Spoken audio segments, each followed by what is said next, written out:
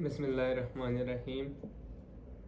Today on this video I will cover the four main questions from our Al-Islam 4 semester subject. In this video I will discuss four questions. The first question is, in the era of artificial intelligence AI, many technologies are developed without considering religious value based on the Islamic paradigm in the development of science and technology. How should Muslims respond to AI so that it does not conflict with Islamic faith and law, Aqidah and Sharia? So, for this question, the answer is Muslims should approach AI and technologies development based on the Islamic worldview, where science and technology are not separated from religion in Islam. Aqidah faith and Sharia law are the foundations of all knowledge and progress.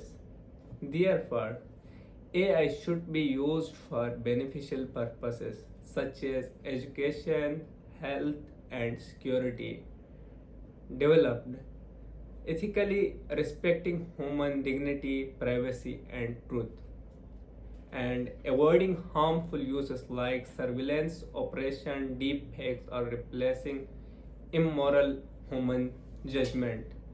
Islam encourages the use of reason, akal, and knowledge, but always within the limits set by Allah subhanahu wa ta'ala. Technology must be a tool for good, not a substitute for divine of guidance.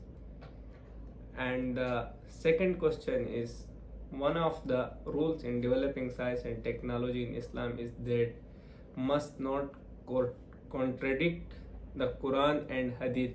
Give a modern example, especially in the field of IT, that complies with this principle, and one that does not. Explain why. For this question, I will start with example that complies. Digital Quran app. Islamic learning platforms are charity crowdfunding websites. This promotes good deeds and increase knowledge among the Ummah. Example that does not complete. Online gambling, explicit content, fake news, and cyberbullying activities. These activities separate immorality and falsehood, which are clearly forbidden in Islam. Islamic development of science and tech must follow ethical and moral values guided by the Quran and Hadith and our Prophet Muhammad sallallahu alaihi wasallam, not just innovation for profit or fame. The fourth question is, some people still believe that science and religion are contradictory. Analyze how the Quran and actually encourage the development of knowledge and technology. Use one Quranic verse and scientific. For this question, the Quran strongly encourages learning and critical thinking.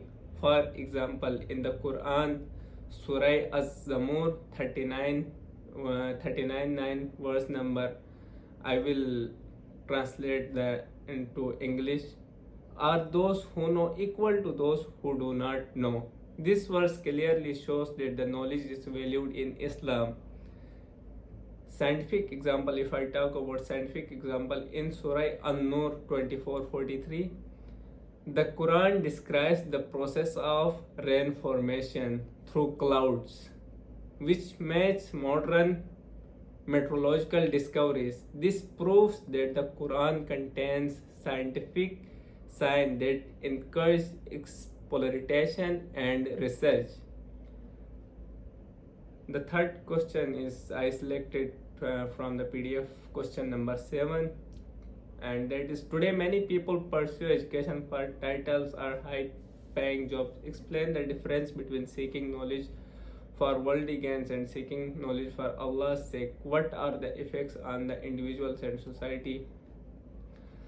So, if I talk about this question, seeking knowledge for the world means the learning only to gain the status, money, or recognition. This leads to arrogance, selfish, and unethical behavior.